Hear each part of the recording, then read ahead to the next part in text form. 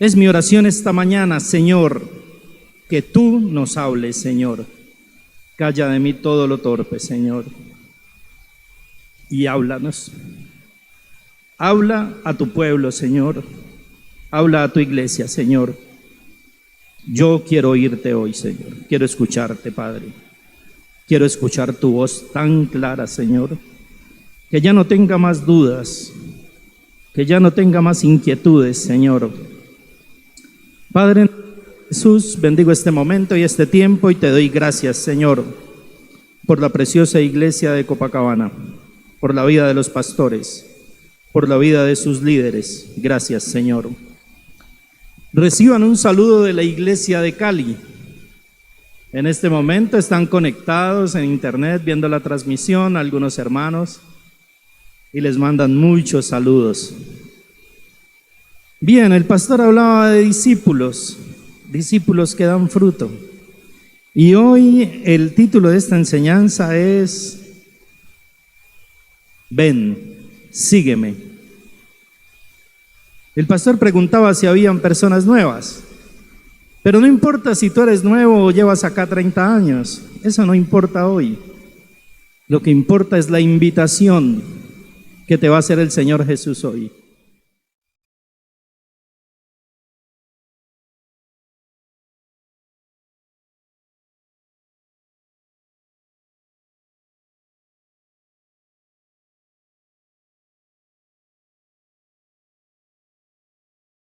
Andando Jesús junto al mar de Galilea, vio a dos hermanos, Simón, llamado Pedro, y Andrés, su hermano, que echaban la red en el mar, porque eran pescadores. Y les dijo: venid en pos de mí, y os haré pescadores de hombres. Ellos entonces, dejando al instante las redes, le siguieron. No es que hayan cerrado las redes sociales, cerraron Facebook, Twitter, no, dejaron las redes con las cuales estaban pescando.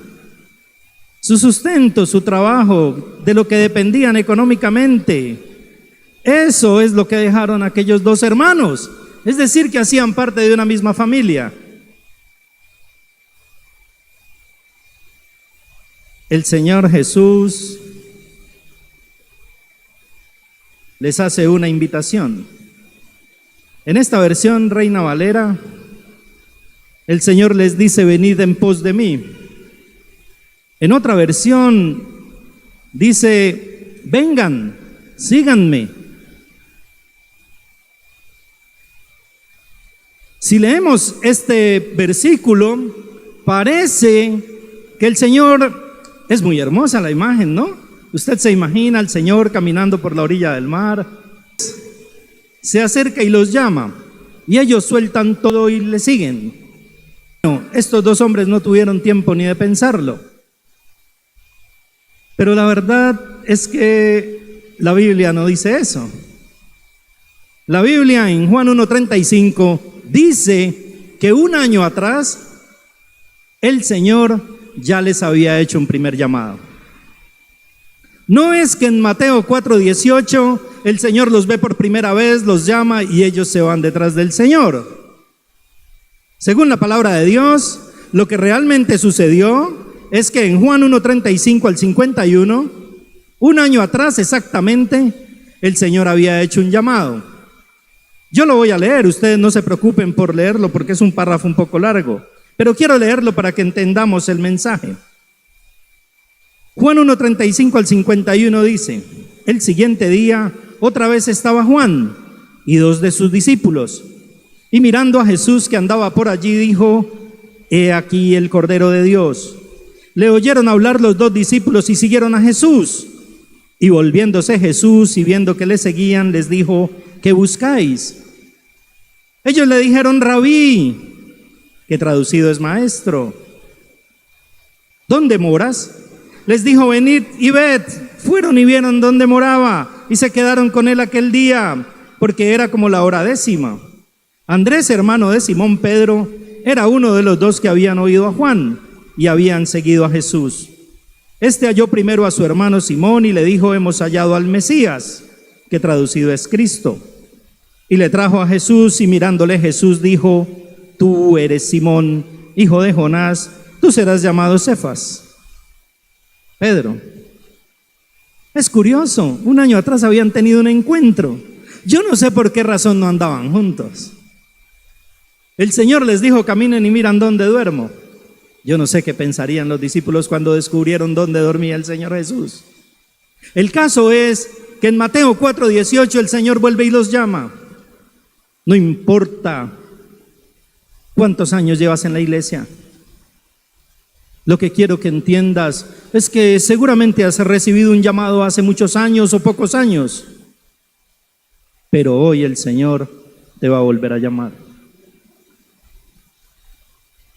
La pregunta sería: si el Señor ya me llamó, ¿para qué me vuelve a llamar? ¿Para qué llamó a los discípulos? La palabra de Dios es clara. Ellos echaban la red al agua, vivían de la pesca. Jesús los llamó y les dijo: les voy a enseñar a pescar ¿qué? Hombres, personas. Y la palabra clave es enseñar. En Mateo 28, la gran comisión dice: vayan y hagan discípulos. Vayan y hagan discípulos a todas las naciones. ¿Cierto? ¿Conocen ese versículo? Vayan y hagan discípulos a todas las naciones. Esa palabra es clave, porque discípulos y enseñar está relacionado. Discípulos y enseñar está relacionado. ¿Qué es discipular? ¿Qué es la palabra discípulo? La palabra discípulo significa aprendiz. Parece que hemos tergiversado los conceptos. Parece que nos hemos perdido un poco en la medida del tiempo. Porque el Señor llama a los apóstoles, a los discípulos, y les dice: les voy a enseñar. Si el pastor dijera aquí en el altar: les voy a enseñar, creo que no tendría la misma acogida si dijera: les voy a predicar. Porque parece que la iglesia se acostumbró solamente a los sermones de los domingos. Pero realmente el término discipular o enseñar significa otra cosa. Cuando nos proponen venir a un curso, a una capacitación, a un entrenamiento, ¿cómo reaccionamos nosotros?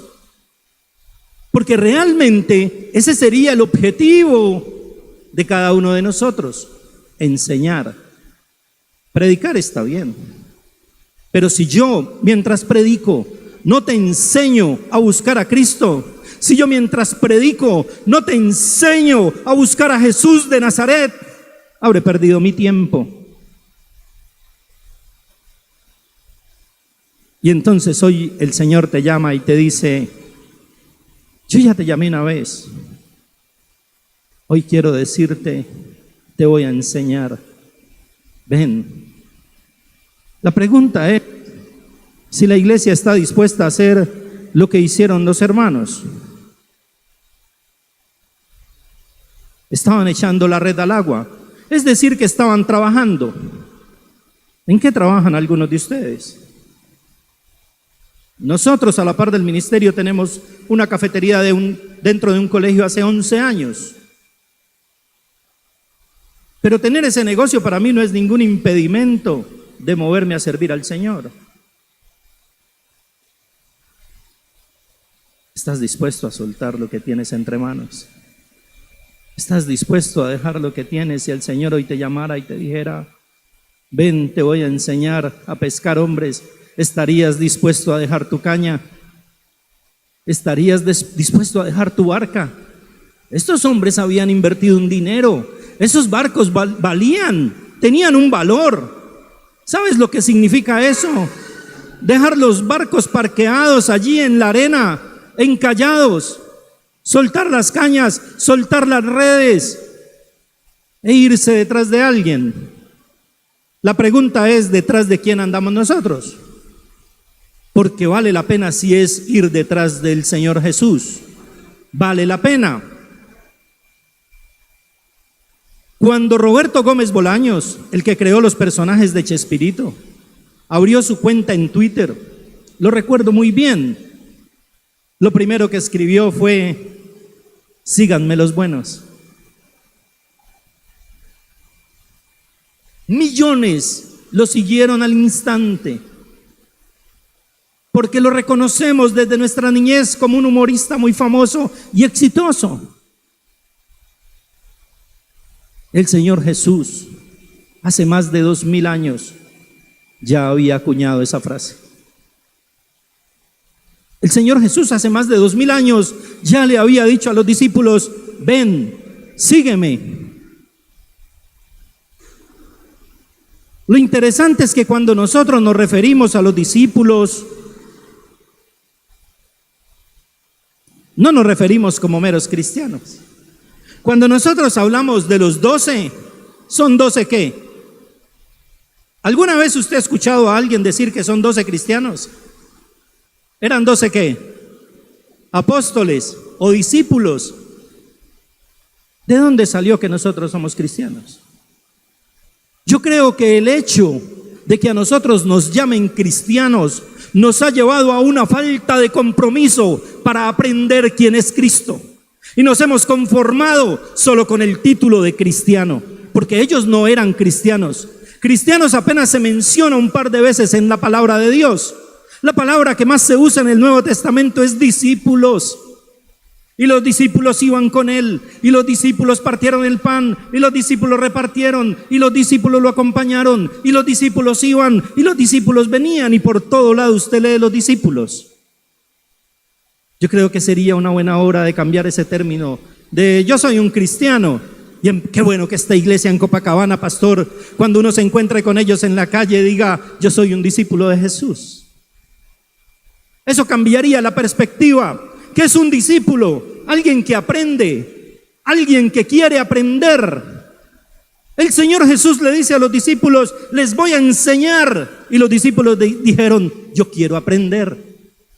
No dijeron: ay, pastor, otra vez. Ay, pastor, ¿eso tan caro? Ay, pastor, ¿de verdad? Ay, hace 8 días tuvimos un curso, pastor. Yo no sé el pastor qué programas tiene en la iglesia, de verdad. Yo solamente he venido a ayudar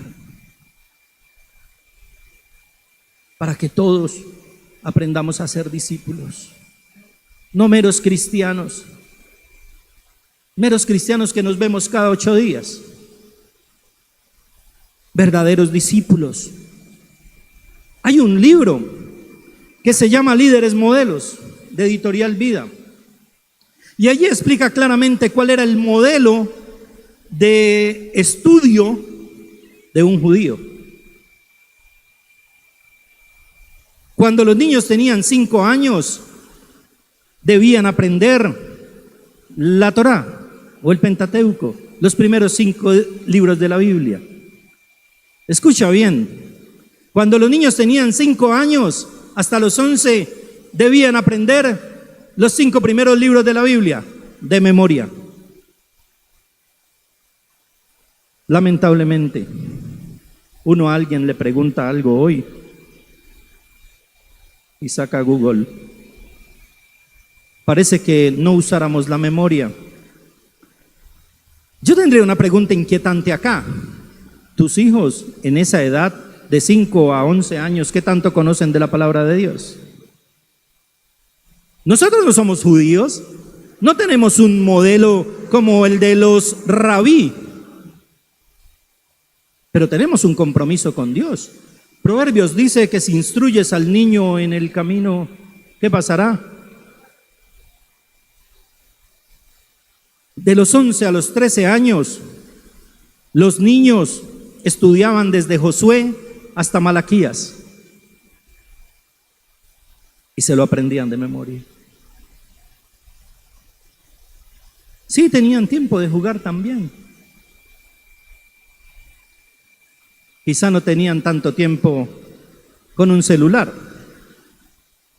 y tenían más tiempo para estudiar la palabra de Dios. Cuando iba llegando a esa edad de los 13 años, ustedes saben que los judíos los consideran ya mayores de edad. Entonces hacen una ceremonia, ¿no? Hacen una ceremonia con los jóvenes de 13 años y los consideran adultos. Entonces se reúnen con la familia y juntos deciden qué rabí o maestro le va a enseñar. Eso era lo que hacían antiguamente. Se sentaban y debatían y decían, bueno, este maestro, voy a ponerlo aquí como en unos términos nuestros, pastor. Ay, el pastor de allá a la vuelta me gusta más. No, pero el pastor de allí como que enseña mejor. Eso era más o menos lo que pasaba. Pero eso no era suficiente. El maestro primero debía mirar si ese estudiante que lo estaba escogiendo a él era apto para seguir los estudios. Y ahí encontramos a Pablo. La Biblia dice que Pablo estudió con Gamaliel, uno de los rabí más reconocidos de la época. Y Gamaliel lo que hizo fue identificar en Pablo unas cualidades, unas características. Recuerden a Pablo hablando, fariseo de fariseos, en cuanto al celo perseguidor de la iglesia. Entonces Gamaliel de lo que se dio cuenta es que Pablo cumplía las 613 normas de los judíos a cabalidad y lo llamó para que estudiara con él. Pero un momento, ¿qué pasó con estos hermanos? Estos hermanos andan pescando, ya están en una edad madura, quizá entre los 16 y los 24 años. ¿Qué habrá pasado con Pedro y su hermano? Es posible que ningún maestro los hubiera llamado, porque Pedro también era judío. Es posible que ningún maestro se hubiera fijado en ellos. Es posible que antes de Cristo todo el mundo te haya rechazado. Es posible que tú y yo seamos los dos hermanos en la barca tirando la red para tratar de sobrevivir. Cuando un rabí te llamaba, saltaban de emoción, brincaban de alegría, no lo podían creer. Me ha llamado a mí. Era la oportunidad más grande para aprender. Se emocionaban. Pero mira lo que sucedía en aquella época. Cuando el rabí se daba cuenta que no era tan avesado, que no era tan estudioso, lo devolvía a los oficios de su padre. Y ahí encontramos a los hermanos pescando, haciendo los oficios familiares, rechazados. Y de pronto pasa el Señor Jesús y te ve trabajando ahí donde estabas, con tus luchas, sufriendo, llorando, y te llama. ¿Será que nosotros nos emocionamos tanto como si hubiese emocionado a un discípulo en aquella época de que un rabí lo llamara? ¿Será que tú estás tan emocionado de que Cristo te haya llamado? ¿Será que tu vida impacta tanto a la comunidad? Tu felicidad es tan radiante porque un día Cristo te llamó, como la de los discípulos cuando recibían el llamado del Maestro. ¿Será que sí sucede eso?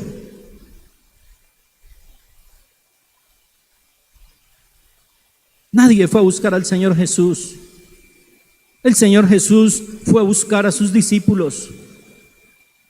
A ellos nadie los había confirmado. A ellos nadie les había dicho, ven, sígueme. Yo creo lo siguiente, yo creo que ellos están ahí tirando la red. De pronto alguien pasa caminando por la arena y le dice, ven, sígueme. Ellos voltean a mirar y Jesús ya era un maestro reconocido. Eso dice la Biblia. Lo leímos ahora. Voltearon a mirar y dijeron, ¿yo? ¿Me estás llamando a mí? Ay, pues yo voy ya antes de que este señor se equivoque. De pronto no era yo, pero Yo voy a ir, a mí ningún maestro me había llamado. ¿Qué condiciones tenían Pedro y Andrés? ¿Qué talentos, qué dones vio el Señor en ellos? El Señor solo vio su corazón. Y sin preguntarles siquiera si ellos serían capaces, les dice: les voy a enseñar a ser pescadores de hombres. El Señor no te preguntó nunca si tú eras capaz de hacer esta tarea o no. Lo que pasa es que tal vez no hemos oído el llamado de te voy a enseñar. Y cada que nos llaman a enseñarnos, nos quitamos, sacamos el cuerpo. Algunos de estos hombres, estoy hablando de los 12 discípulos, ya eran discípulos de Juan el Bautista, ya habían recibido un primer llamado y el Señor los llama a que los sigan a Él. Juan el Bautista no se puso celoso, ¿no? Pero es curioso porque cuando ocurre el segundo llamado, parece que Juan ya está preso. Parece que Juan ya está en la cárcel. Había un propósito con la vida de Juan, por supuesto. Voy a leer Marcos 3, 13 al 19. Después subió al monte y llamó así a los que él quiso. ¿A quién llamó? No el que tú quisiste. Tú no escogiste al Señor. Quizá hayas escogido al pastor. Pero cuando no entendemos el llamado de parte de Dios, y quiero decir esto, pastor, con todo el respeto que usted se merece. Cuando nosotros recibimos el llamado de parte de Dios, estamos más pendientes de lo que hace el pastor que del llamado del Señor. Estamos más pendientes de criticarles. Si usted está convencido que Dios lo llamó a esta congregación, podrá pasar lo que sea, que usted podrá decir: a mí, quien me ha llamado es el Señor y no el pastor. ¿Usted a quién sigue? Porque si usted me sigue a mí y se sube al altar y se me acerca, me va a encontrar un poco de defectos. Lo que tengo aquí no es una kipá, es que se me cayó el pelito.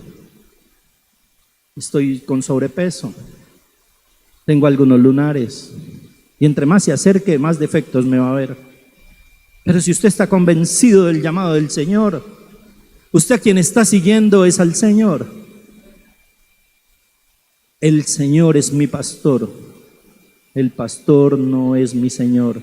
El pastor está haciendo lo mismo que yo estoy haciendo aquí, viniendo desde Cali a ayudar. Él recibió un llamado también.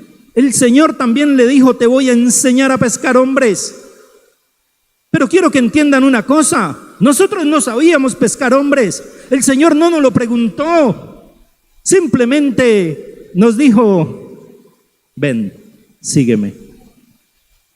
Y hemos comenzado a hacer eso, a pescar hombres. Quizá lo hemos hecho mal, quizá nos hemos equivocado, pero ¿quién te llamó a ti? Porque este versículo de Marcos 3:13 dice que el Señor Jesús llamó a los que Él quiso. ¿Y qué hizo la gente? Vinieron a Él y estableció a 12 para que estuviesen con Él y para enviarlos a predicar. ¿Para enviarlos a qué?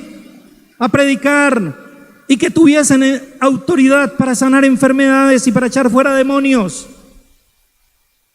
A Simón, a quien puso por sobrenombre Pedro, a Jacobo, hijo de Zebedeo, a Juan, hermano de Jacobo, a quienes apellidó Boanerges, esto es, hijos del trueno, a Andrés, a Felipe, a Bartolomé, a Mateo, a Gonzalo, a Luz Miriam, a Freddy, a Claudia, a Patricia, a Carlos, a Luis.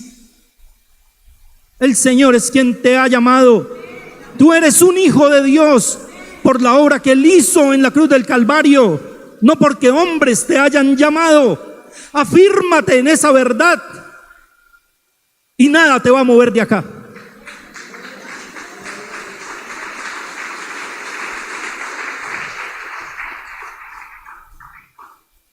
Normalmente decimos que el ministerio del Señor Jesús duró 3 años, pero en realidad desde el momento del llamado hasta su muerte solo pasaron 2 años.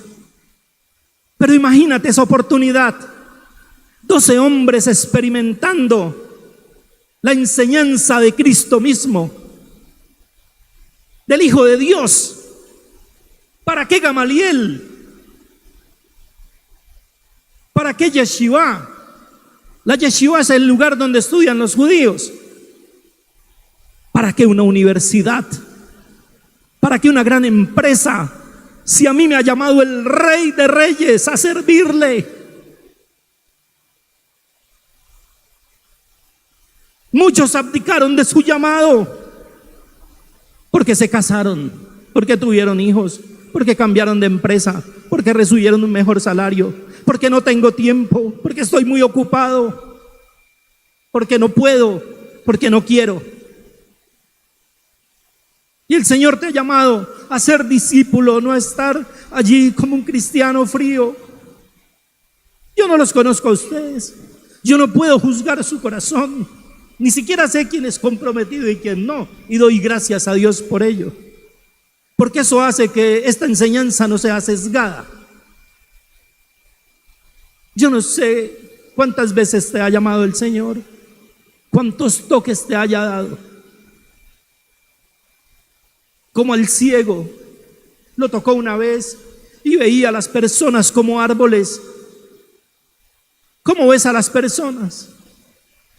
Lo tocó una siguiente vez y pudo ver claramente. El Señor te va a tocar hoy, el Señor te va a llamar hoy, pero te va a invitar a que tú hagas un compromiso con Él. Ya no hay que ser más cristiano, hay que ser discípulos de Jesús.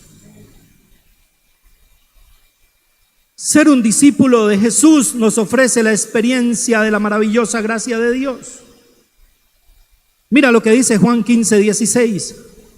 Ustedes no me eligieron a mí, más bien yo los elegí a ustedes y los he puesto para que vayan y ¿qué? ¿Y lleven qué? Para que lleven fruto. Esto aquí no está por casualidad.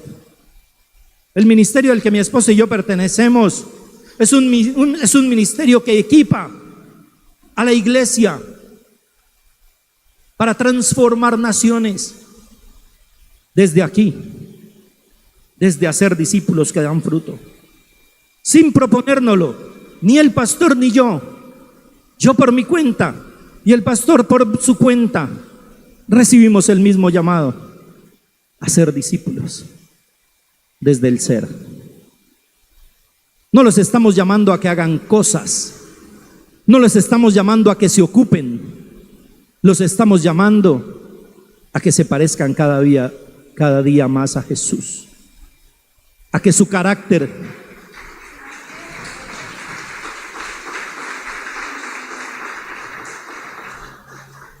los estamos llamando para que su carácter crezca. ¿Cómo se reconoce un verdadero discípulo? Por su fruto. Y el que permanece en mí y yo en él, dará mucho, no fruto, mucho. Aquí hay una palabra clave: permanecer. Permanecer en Jesús te llevará a dar mucho fruto. Pero cuidado con la palabra permanecer, porque también funciona para matrimonios. Hoy las parejas se divorcian porque sí y porque no. ¿Quieres dar fruto en el matrimonio? Es un principio bíblico, permanece. ¿Quieres dar fruto en la empresa? Permanece. Permanece en la iglesia. Porque parece que todo es desechable. Después del COVID, en nuestra empresa no podemos usar ni platos de loza ni cucharas de loza. Todo es desechable. Y parece que así vamos por el mundo. Un pastor desechable, una iglesia desechable, un hermano desechable, un familiar desechable. Yo soy solo. A mí nadie me ayuda. Efesios 1:4 dice: en Él Dios nos escogió antes de la fundación del mundo, para que en su presencia seamos ¿qué? santos e intachables. Levanten la mano los santos e intachables. Wow. ¿Cuántos son santos e intachables? ¿Cuántos por acá? Mi esposa tampoco. La mano arriba. ¿Cuántos son santos e intachables? ¿Saben por qué no levantan la mano? Porque creen que santo es hacer algo.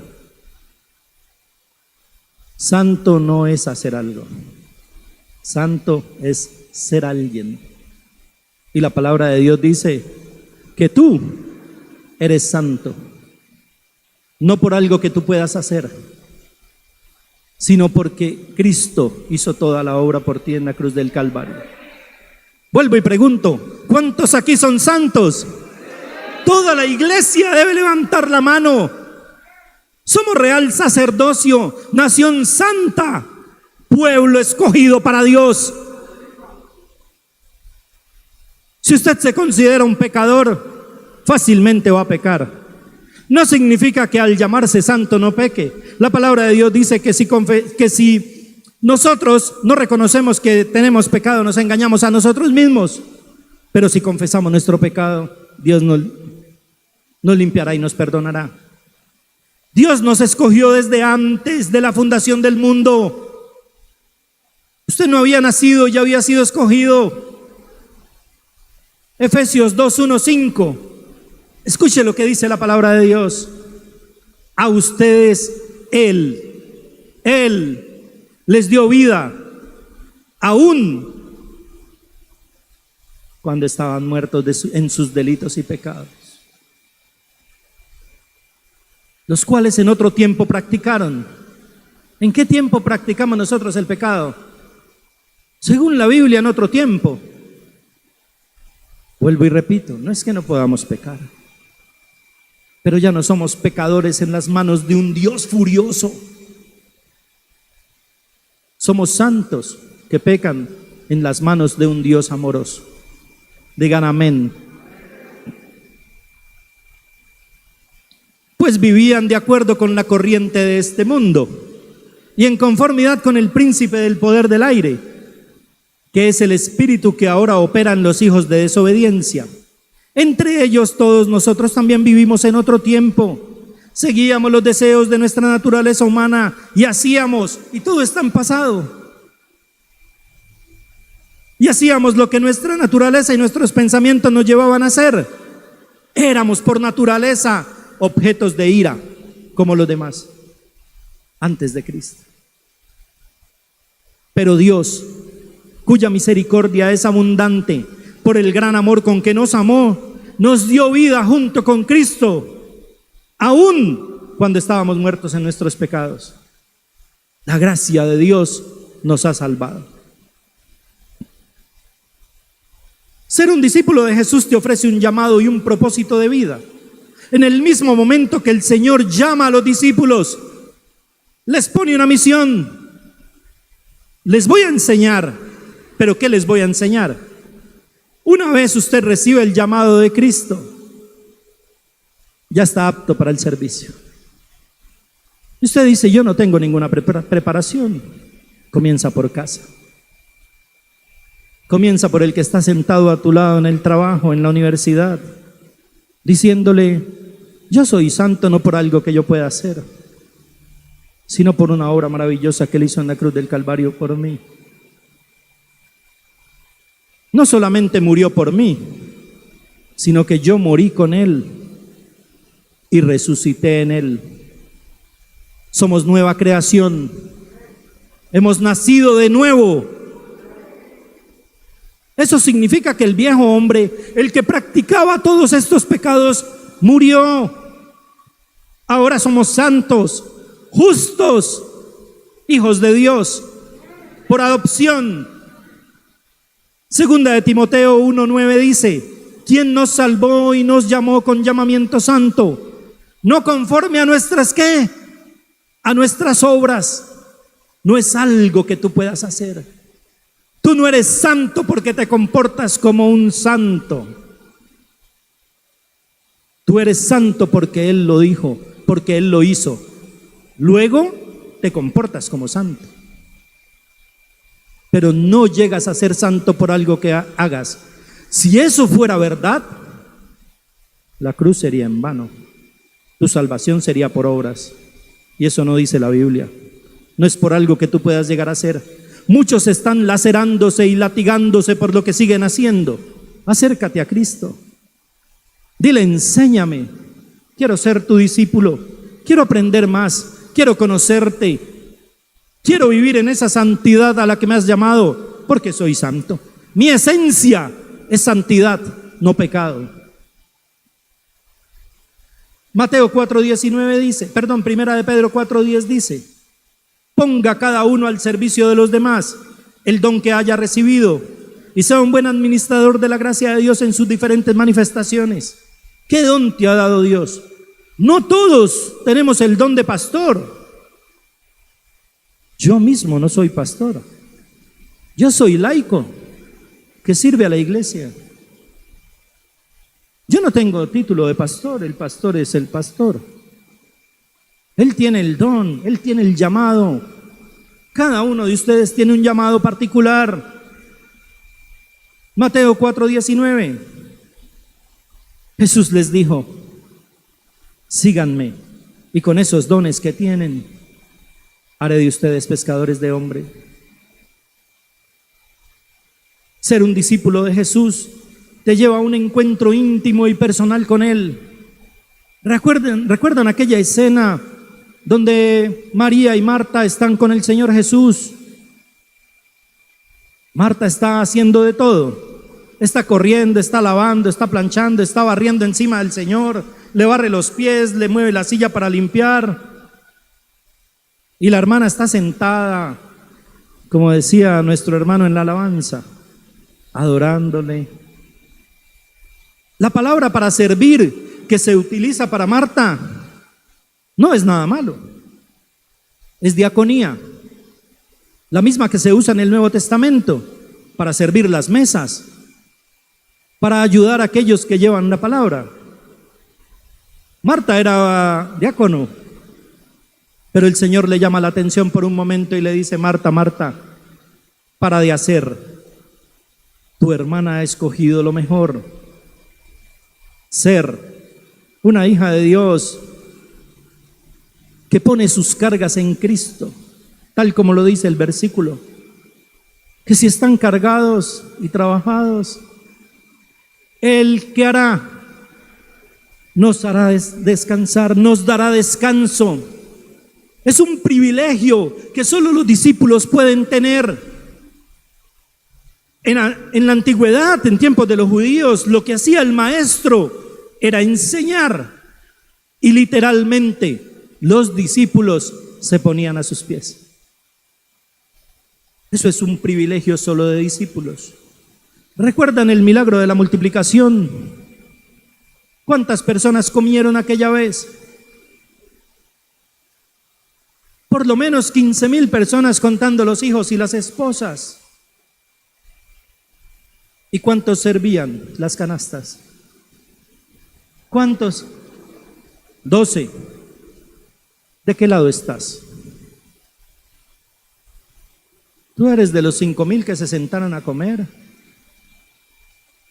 ¿O de los discípulos que se sentaban a sus pies a comer del mejor pan que haya existido sobre la tierra? El pan que no da nunca más hambre.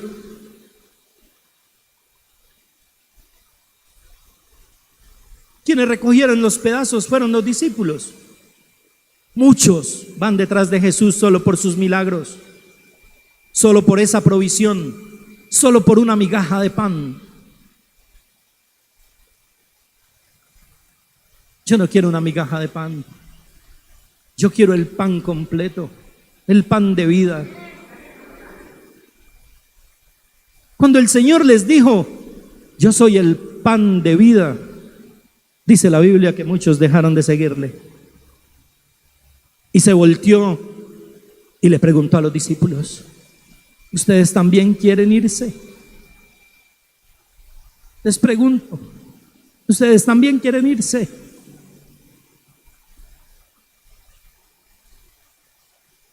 ¿O quieren ser de los que se sientan a los pies de Jesús?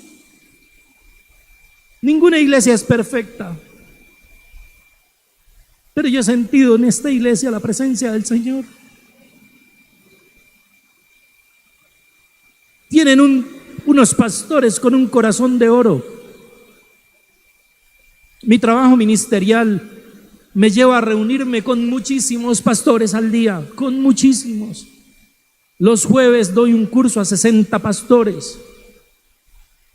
Y entre semana tengo muchas capacitaciones solo con pastores, porque nosotros equipamos a la iglesia. Pero créanme, tienen unos pastores con un corazón de oro. No los estoy adulando, se los digo porque he tenido la oportunidad de acercarme a ellos. Y solo cuando uno tiene esa oportunidad de acercarse a las personas, deja de juzgarlas. De lejos es muy fácil señalar, pero cuando usted conoce las luchas, cuando usted conoce la situación de cada uno, estamos hablando de otra cosa.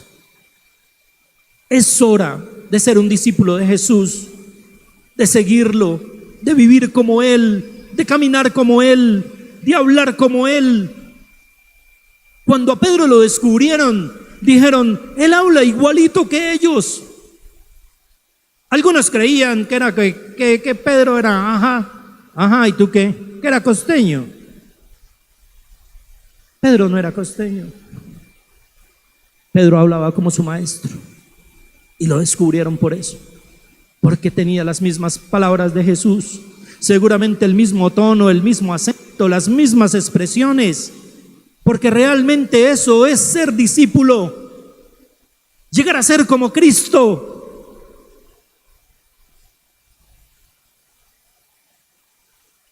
Juan 6, 66 al 68. Con esto termino. Desde entonces, muchos de sus discípulos volvieron atrás. ¿Muchos de sus qué? Wow. Habían discípulos allí que se volvieron atrás y ya no andaban con él. Dijo entonces Jesús a los 12: ¿queréis acaso iros también vosotros? Escucha lo que le respondió Simón Pedro: Señor, ¿a quién iremos? Tú tienes palabras de vida eterna. ¿A quién vas a ir? ¿Vas a ir a donde un brujo, a donde un hechicero, alguien que te lea el tabaco? ¿A quién vas a ir? ¿A donde un hombre que destroce tus emociones? ¿A una empresa que te humilla? ¿A dónde vas a ir? Solo el Señor Jesús tiene palabras de vida eterna. Solo el Señor Jesús te puede dar la vida eterna. Te dejo la invitación extendida. Yo no puedo responder por ti, el pastor tampoco. Esa es tu responsabilidad. De aquí en adelante se marcará un hito en esta iglesia y solo ustedes sabrán responder al llamado que el Señor les está haciendo hoy. Que el Señor les bendiga. Padre, yo te doy gracias, Señor, por este tiempo. Yo te pido, Señor, que confirmes ahora tu llamado en el corazón de cada persona, Señor. Te lo pido en el nombre de Jesús. Bendice esta iglesia preciosa, Señor. Guárdalos, Señor, del maligno. Y permíteles que estén unidos para que el mundo pueda verte a ti, Señor, como dice Juan 17. Gracias, Padre. Te alabamos y te bendecimos en el nombre. Amén.